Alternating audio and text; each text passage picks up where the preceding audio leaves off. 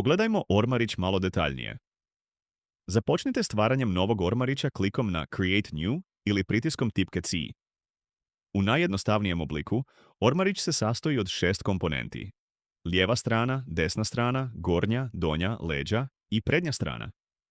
Ta osnovna struktura je vaša polazna točka, a Easy Form Studio nudi mnoštvo mogućnosti za doradu i prilagodbu. Na vrhu panela svojstva nalaze se glavne postavke koje određuju ukupne dimenzije ormarića, širinu, dubinu i visinu. Tim svojstvima možete pristupiti i iz zaglavlja i iz bočne trake. Ovdje možete podesiti i debljinu elemenata ormarića, poput stranica, polica i leđa. Snaga ovih postavki je u tome što svaka promjena automatski ažurira sve ploče unutar ormarića, uz očuvanje proporcija i konstrukcijske cjelovitosti. Ormarić možete rotirati pomoću svojstava u bočnoj traci ili gumbima za rotaciju u području zaglavlja. Ta fleksibilnost omogućuje precizno pozicioniranje ormarića u projektu. Ispravno imenovanje važno je za organizaciju složenijih projekata.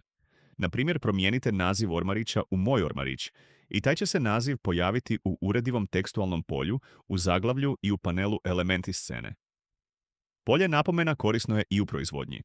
Svaki tekst koji dodate bit će uključen pri izvozu krojne liste u Excel, što pomaže za upute za proizvodnju ili posebne napomene za rukovanje. Ista pravila imenovanja i napomena vrijede i za pojedinačne ploče u sklopu ormarića.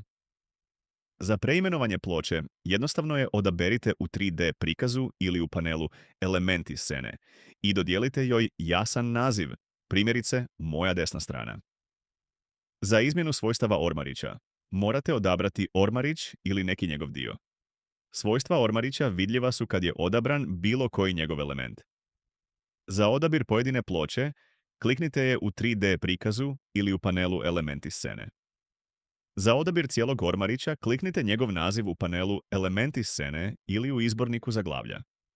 Svojstva ploče vidljiva su samo kada je određena ploča odabrana. Ako odaberete neki drugi Blenderov objekt, poput mesh objekta ili svjetla, specijalizirana svojstva namještaja neće se prikazati, jer su ti objekti izvan Easy Form Studija.